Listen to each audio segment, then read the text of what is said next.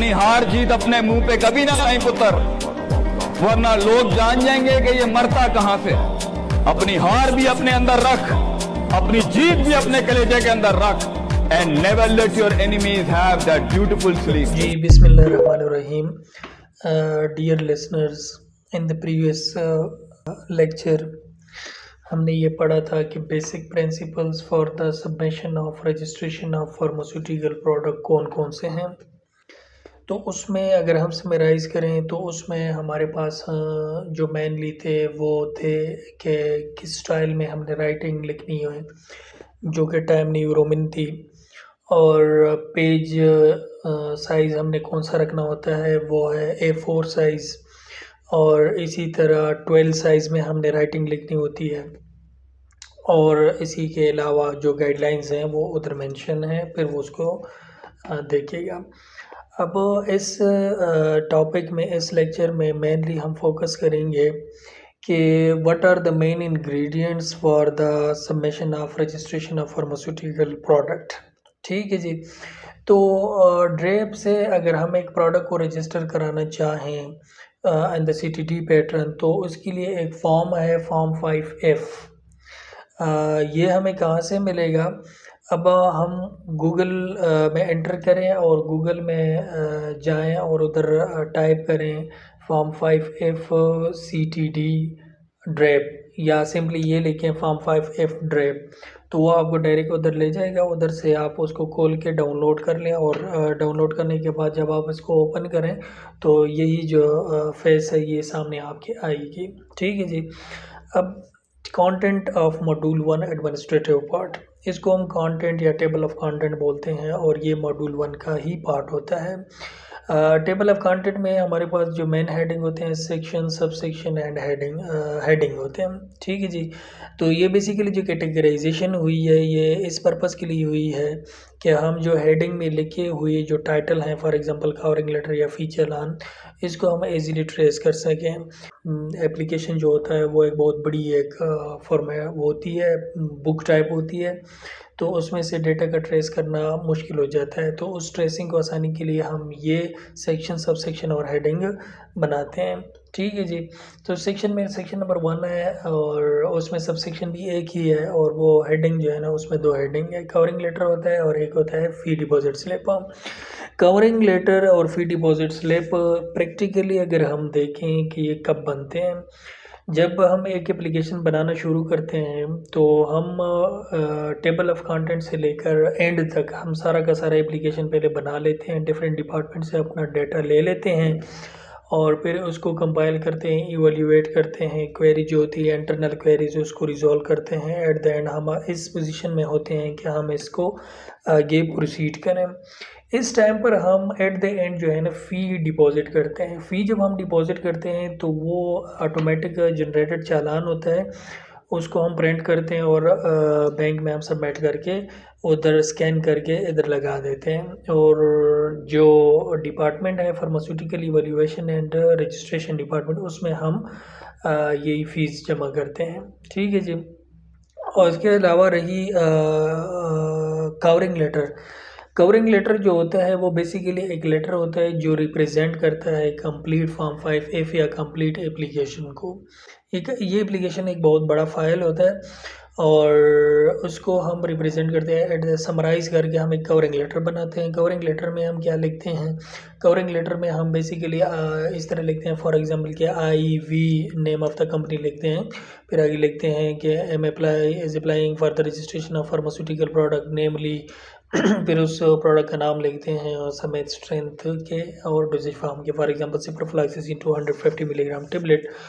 अच्छा, फिर उसके बाद हम नीचे लिखते हैं कि हमने फ़ीस सबमिट किया है, और चालान जो ट्रेसिंग होती है, चालान नंबर हम उसमें वो पुट करते हैं, और नीचे हम प्लांट मैनेजर या प्लांट डायरेक्टर या प्रोडक्शन मैनेजर या जो भी ऑथराइज पर्सन होता है जिसको ऑथराइज़ किया होता है एज एन एप्लीकेंट, वो नीचे साइन करता है।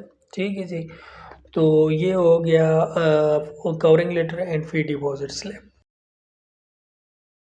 ये सेक्शन, इस सेक्शन में सिर्फ एक सब सेक्शन होता है और एक हेडिंग होता है, table of content from module 1 to module 5। ये नीचे जो भी है, इसके नीचे जो भी आता है ये टेबल ऑफ कंटेंट ही है। तो आगे हम जाते हैं 1.3 सेक्शन। ये जो सेक्शन, सब सेक्शन और हेडिंग है, ये बेसिकली है इजी ट्रेसिंग के लिए, कि हम एक डॉक्यूमेंट को ट्रेस करते हैं, हम एक जगह को ट्रेस करते हैं, वो हम इजीली फाइंड कर सकें। एक ये जो हेडिंग में जो डॉक्यूमेंट्स के नाम मेंशन है, इसी डॉक्यूमेंट्स को जब एप्लीकेशन बनता है वो एक बहुत बड़ा एक फ़ाइल होता है, तो उधर हम इजी ट्रेसिंग के लिए ये जो है ना कैटेगराइजेशन करते हैं। प्रैक्टिकली हम हेडिंग के आगे एक पेज नंबर भी लिखते हैं, और हम उस पेज नंबर में फिर जो भी हेडिंग है उसके आगे पेज नंबर लिखते हैं कि ये जो हेडिंग है ये इस पेज नंबर पर लाई करता है। ठीक है, फॉर इजी ट्रेसिंग। अच्छा जी, 1.3 जो है एप्लीकेशन इंफॉर्मेशन है। ठीक है जी, अब 1.3 में जो सबसेक्शन है 1.3.1, इसमें हम क्या क्या पुट करते हैं, ये जो इंडिविजुअल डॉक्यूमेंट होते हैं ये हम सेपरेट सेपरेट जगहों पे रखते हैं। एक पेज पे एक फॉर एग्जांपल हेडिंग, दूसरे पेज पे दूसरा, तीसरे पेज पे तीसरा, मतलब हम इसको मर्ज नहीं करते, सिग्रीगेट करते हैं ताकि इजीली ट्रेस हो सके। अच्छा जी, अगर कुछ ऐसे हमारे पास हेडिंग है जिसका आंसर हम नॉट एप्लीकेबल में देते हैं या सिर्फ वन टिप पॉइंट आंसर होता है, तो हम एक पेज में 2 3 4 मुख्तलिफ सबसेक्शन रख सकते हैं। ठीक है, तो 1.3 सबसेक्शन, 1.3.1 सबसेक्शन ये हम लिखते हैं, और स्ट्रेट ऑन ये आगे जो हेडिंग है ये भी उधर लिखते हैं, और फिर इसके नीचे जो है ना 1 बाय 1 उसका हम आगे पुट करते हैं। 1.3.1 में हम name, address, contact detail of applicant और marketing authorization holder. Name and address and contact detail of applicant, applicant कौन होता है, वही जो आगे प्रोसीड करता है अपना एप्लीकेशन रजिस्ट्रेशन के लिए, अपना फार्मास्यूटिकल प्रोडक्ट की रजिस्ट्रेशन के लिए। तो उस कंपनी का एक नाम होगा, कंप्लीट नाम जो है वो हम लिखते हैं, नेम लिखते हैं आगे डबल डॉट के आगे, फिर नेम ऑफ द कंपनी लिखते हैं। एड्रेस हम लिखते हैं, जो भी कंपनी होती है जो कि एक फार्मास्यूटिकल प्रोडक्ट बनाती है उसका एक स्पेसिफाइड एड्रेस होता है, वो हम आगे लिखते हैं। And contact detail, contact detail हम लिखते हैं, कॉन्टैक्ट डिटेल में हम मुख्तलिफ कॉन्टैक्ट्स डिटेल डालते हैं, जिस तरह के हम अपना मोबाइल नंबर इसमें पुट करते हैं कंपनी का जो कि एप्लीकेंट होता है। उसके अलावा ईमेल पुट हम करते हैं जो कि एप्लीकेंट का होता है। उसके अलावा हम अपना वेबसाइट भी पुट करते हैं जो कि एप्लीकेंट का होता है। उसके अलावा हम फैक्स नंबर भी पुट कर सकते हैं जो कि एप्लीकेंट का होता है। पोस्ट ऑफिस नंबर हम लिख सकते हैं जो कि एप्लीकेंट का होता है। तो सबसे जो इंडिविजुअल है आजकल के दौर में जो कि मोबाइल नंबर या ईमेल जो है ये सबसे टॉप सोर्स है कॉन्टैक्ट का। तो ये हम लिख देते हैं 1.3.2 में। अच्छा, इधर लिखा है name, address and contact detail of manufacturing site. अच्छा, ऊपर लिखा है एप्लीकेंट, नीचे लिखा है मैन्युफैक्चरिंग साइट। तो इसमें क्या डिफरेंस हुआ, कुछ ऐसे कंपनीज होते हैं जिसमें एक पेरेंट कंपनी होती है, फिर उसके मुख्तलिफ ब्रांचेस होते हैं मुख्तलिफ जगहों पर। तो उसी केस में हमारे पास मैन्युफैक्चरिंग साइट जो है वो सेपरेट आता है, उसका एड्रेस, उसका नेम और उसका कॉन्टैक्ट डिटेल जो है वो सेपरेट आता है, और जो पेरेंट होता है एप्लीकेंट या पेरेंट कंपनी होती है उसका अपना एक होता है। तो इस चीज़ को, इस सिनारियो को क्लियर करने के लिए हम name, address and contact detail of manufacturing site, जिस जगह पर ये प्रोडक्ट बनेगी उसका जो है नेम, उस जगह का नेम, उस कंपनी का नेम, एड्रेस और कॉन्टैक्ट डिटेल, ये हम 1.3.2 में डालते हैं। अगर ये दोनों चीज़ें सेम हो, फॉर एग्जांपल एक कंपनी है उसके ब्रांचेस नहीं हैं, सिर्फ़ और सिर्फ एक है कंपनी है और वो अपनी सारी जो है ना मैन्युफैक्चरिंग एक ही जगह पर करती है, तो इसको हम सेम एज़ अबाव कर सकते हैं, या सेम जो ऊपर हमने 1.3.1 में इंफॉर्मेशन दी थी वही इंफॉर्मेशन हम 1.3.2 में भी दे सकते हैं। ठीक है जी।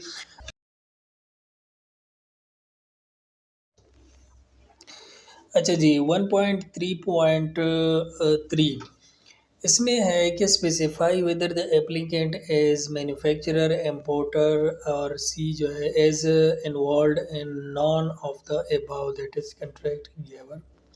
हम जो एप्लीकेशन प्रोसीड करेंगे वो मैन्युफैक्चरर के लिए प्रोसीड करेंगे, तो हम एप्लीकेशन में जब वो टेबल ऑफ कंटेंट वो प्रिंट करके या सॉफ्ट में, अब आजकल तो सॉफ्ट में हम सबमिट करते हैं, तो इसी ए नंबर को हम टिक देंगे।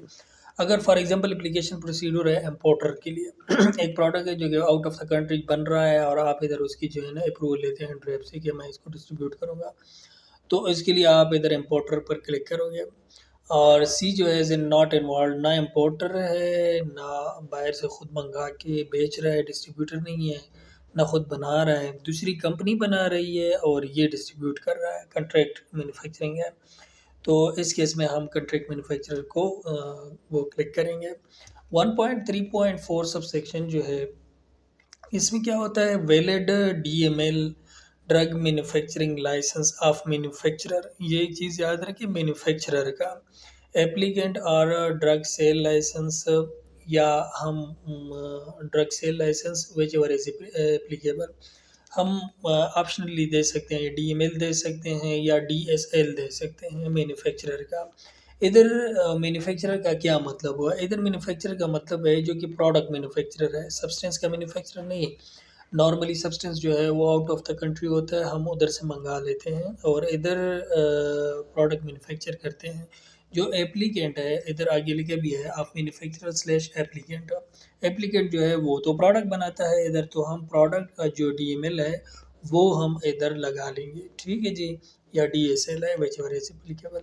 मेनली हम इधर डीएमएल लगा के इसको करते हैं। अच्छा, 1.3.5 evidence of approval of manufacturing facility that is approved section from licensing authority. Okay जी, लाइसेंसिंग अथॉरिटी जो है वो अप्रूवल देती है स्पेसिफाइड सेक्शन का। जब हम इंडस्ट्री के अंदर जाते हैं तो इंडस्ट्री के अंदर प्रोडक्ट बनते हैं और हर प्रोडक्ट जो है वो अपनी डोजेज फॉर्म के उसमें कैटेगराइजेशन में वो अपने अलग सेक्शन में बनता है। फॉर एग्जांपल टेबलेट का सेक्शन होता है, फॉर एग्जांपल सिरप का सेक्शन होता है, फॉर एग्जांपल इंजेक्टेबल का सेक्शन होता है, फॉर एग्जांपल कैप्सूल का सेक्शन होता है, तो डिफरेंट सेक्शंस होते हैं और उधर मुख्तलिफ़ किस्म के प्रोडक्ट्स बनते हैं, ठीक है जी। तो जो जो डिफरेंट सेक्शंस जो होते हैं, जो कि एक फिर इंस्पेक्शन होती है, इंस्पेक्शन के बाद वो सेक्शन लेटर हमें इशू कर देते हैं कि हाँ आपके पास वो फैसिलिटी है कि आप इस डोजेज फॉर्म को बना सको, ठीक है जी। तो ये एक लाज़मी बात है कि जिस प्रोडक्ट को हम जिस प्रोडक्ट के लिए हम एप्लीकेशन सबमिट कर रहे हैं उसी प्रोडक्ट की मैन्युफैक्चरिंग फैसिलिटी हमारे पास मौजूद हो, ठीक है जी। अब कैप्सूल फॉर एग्जांपल हम एप्लीकेशन सबमिट कर रहे हैं, लेकिन कैप्सूल की वो हमारे पास मौजूद होनी चाहिए फैसिलिटी, न सिर्फ फिज़िकली बल्कि एक अप्रूव्ड फैसिलिटी हमारे पास मौजूद होनी चाहिए जो कि लाइसेंसिंग अथॉरिटी ने हमें एक लेटर के तहत हमें अप्रूव की हो कि हाँ आप ये प्रोडक्ट बना सकते हैं, ठीक है जी। तो ये एक लेटर होता है, उसमें हमें ये ज़रूर देखना होता है कि फॉर एग्जांपल अगर मैं सिप्रोफ्लॉक्सासिन टेबलेट बना रहा हूँ तो सिप्रोफ्लॉक्सासिन टेबलेट के लिए हमारे पास एक अप्रूव्ड सेक्शन टेबलेट के नाम से लाइसेंसिंग अथॉरिटी के नाम से हमारे पास एक लेटर होता है, वो हमारे पास होनी चाहिए और वो हम इधर लगा देते हैं और इसको रिक्वायरमेंट को हम कंप्लीट करते हैं। 1.3.6 list of already approved registered drugs in this section। अच्छा जी, फॉर एग्जांपल हम सिप्रोफ्लॉक्सासिन टेबलेट के लिए एप्लीकेशन प्रोसीड कर रहे हैं और ये टेबलेट सेक्शन है, तो इस टेबलेट सेक्शन के साथ साथ अब जो भी हमारे इससे प्रीवियस टेबलेट्स फॉर्म में जो जो प्रोडक्ट्स हमारे पास हैं, अवेलेबल हैं, रजिस्टर्ड हैं, तो हमने वो भी एक लिस्ट में डालने होते हैं, इधर प्रोसीड करने होते हैं, ठीक है जी। तो 1.3.6 में हम उन्हीं प्रोडक्ट्स के नाम को मेंशन करेंगे। 1.3.7 identification of signature of authorized person in charge production quality control and in charge quality assurance. अच्छा जी, तो ऑथराइज्ड पर्सन का सिग्नेचर जो है वो हम एक कागज़ पे लिखते हैं, कागज़ पे जो है ना प्रिपेयर करते हैं, फिर वो भी इधर लगा देते हैं जो मेंशन ऑथराइज्ड पर्सन है। अच्छा जी, 1.3.8 सबसेक्शन में manufacturer site master file and credential. Site master file एक डॉक्यूमेंट होता है जिसमें हम अपनी कंपनी की कंप्लीट पॉलिसीज़ और उसमें सेक्शंस और उसके अंदर क्या किया होता है वो एक समराइज्ड फॉर्म में एक डॉक्यूमेंट होता है, उसको हम कहते हैं site master file. Site master file हम सिर्फ उस केस में जमा करेंगे जब हम एक इंपोर्ट करते हैं एक प्रोडक्ट और इधर डिस्ट्रीब्यूट करते हैं, ठीक है जी। अब अगर for example most of the case में पाकिस्तान में खुद प्रोडक्ट बन रहे होते हैं तो उस केस में आप इसके नीचे लिखोगे नॉट एप्लीकेबल और प्रोडक्ट इज़ नॉट इम्पोर्टेड या लोकली मैन्युफैक्चर्ड प्रोडक्ट हम ये लिख सकते हैं, ठीक है जी। इसके बाद है section number 1.4 that is type of application. Type of application ये क्या होता है? अच्छा, टाइप ऑफ एप्लीकेशन हम किस किस्म का एप्लीकेशन प्रोसीड कर रहे हैं वो उसके उसमें सिनारियो में मुख्तलिफ क्वेश्चंस होते हैं। वो कौन कौन से 1.4.1 सब सेक्शन में क्या application is for the registration of, आया ये न्यू ड्रग प्रोडक्ट है या जेनेरिक ड्रग प्रोडक्ट है। न्यू ड्रग प्रोडक्ट और जेनेरिक ड्रग प्रोडक्ट में जो मेन डिफरेंस होता है वो क्या है कि देखें, अब फॉर एग्जांपल हम एक एप्लीकेशन सबमिट करते हैं ड्रेप को। ड्रेप के अंदर उसका एंट्री होता है और उसको एक नंबर एक कोड अलॉट होता है एक प्रोडक्ट को जिसको हम बोलते हैं डायरी नंबर, ठीक है जी। अब फॉर एग्जांपल एक प्रोडक्ट जो हमने या एक मैन्युफैक्चरर ने बनाया और अभी तक वो वन टाइम भी डायरी नंबर उसको नहीं मिला है और वो फर्स्ट टाइम उसके लिए डायरी नंबर लेकर जाता है उस नेचर के प्रोडक्ट की। फॉर एग्जांपल एक प्रोडक्ट है जिसमें एक केमिकल है, वो केमिकल अभी तक फर्स्ट टाइम पाकिस्तान के मिनिस्ट्री में अभी अप्रूव हो रहा है तो ये हो गया न्यू ड्रग प्रोडक्ट। तो उस केस में हम न्यू ड्रग प्रोडक्ट को टिक करेंगे। जेनेरिक ड्रग प्रोडक्ट वो प्रोडक्ट होते हैं जो कि ऑलरेडी अलॉट ऑफ कंपनीज जो है वो बनाती हैं और मार्केट करती हैं। हम अपने बिजनेस पर्पस के लिए और हेल्थ पर्पस के लिए उसकी रिक्वायरमेंट को पूरा करने के लिए हम भी बनाना शुरू कर दें तो इसका मतलब है ऑलरेडी वो ड्रेप का जो डेटा बैंक है उसमें उस प्रोडक्ट को ऑलरेडी अप्रूव किया हुआ है वन टाइम। तो सिर्फ़ और सिर्फ़ उसके लिए जो सिनेरियो है वो ये है कि लॉट ऑफ कंपनीज़ जो हैं वो बनाना शुरू करती हैं। तो इस केस में अगर ऑलरेडी ड्रेप की उस डेटा बैंक में एक प्रोडक्ट मौजूद है और हम भी बनाना चाहते हैं तो वो है जेनेरिक ड्रग प्रोडक्ट, ठीक है जी। अच्छा, 1.4.1 में ये है pharmaceutical product is intended for, इसकी जो आगे है pharmaceutical product is intended for domestic sale, export sale, domestic and export sale. अच्छा जी, फार्मास्यूटिकल प्रोडक्ट अगर हम सिर्फ़ और सिर्फ लोकली यानी पाकिस्तान में हम ये बेच रहे हैं ये प्रोडक्ट तो हम सिर्फ़ और सिर्फ डोमेस्टिक इसको वो क्लिक करेंगे और अगर हम सिर्फ आउट ऑफ द कंट्री इसको बेच रहे हैं तो इसको हम एक्सपोर्ट को क्लिक करेंगे। अब मोस्ट ऑफ द केसेस में अगर हम फॉर्म 5 या सीटीडी बनाते हैं तो हम इस पर्पज़ के लिए बनाते हैं कि हम डोमेस्टिक भी प्रोडक्ट को सेल कर सकें और एक्सपोर्ट में भी सेल कर सकें। तो मोस्ट ऑफ द टाइम हम डोमेस्टिक एंड एक्सपोर्ट सेल दोनों को इधर ही टिक लगाते हैं। ओके जी, नेक्स्ट है for imported product please specify one of the following. अब अगर हम फॉर एग्जांपल एक प्रोडक्ट है वो सिर्फ़ और सिर्फ इम्पोर्ट कर रहे हैं तो वो किस फॉर्म में हम इम्पोर्ट कर रहे हैं ये क्वेश्चन भी हम ड्रेपो को इंश्योर कराते हैं इसी पार्ट में। Finish pharmaceutical product imported, bulk pharmaceutical product, bulk import and local repackaging, bulk import local repackaging for export purpose only. एक तो ये है कि finish pharmaceutical product as it is जो प्रोडक्ट होता है जिसको हमने मार्केट करना होता है इस फॉर्म में हम इधर मोस्टली जैसे कि फॉर एग्जांपल इंसुलिन है, इंसुलिन उधर से हम इंपोर्ट करके डायरेक्ट इधर बेचते हैं तो वो हम फिनिश फार्मास्यूटिकल प्रोडक्ट इधर टिक कर लगाएंगे। अब एक प्रोडक्ट है जो कि फॉर एग्जांपल लोकली हम रिपैक करते हैं और लोकली हम बेचते हैं लेकिन बल्क जो है वो फ़ॉरेन से एक्सपोर्ट करते हैं तो उसमें हम इसको 2 नंबर वाले सेक्शन को हम क्लिक करेंगे।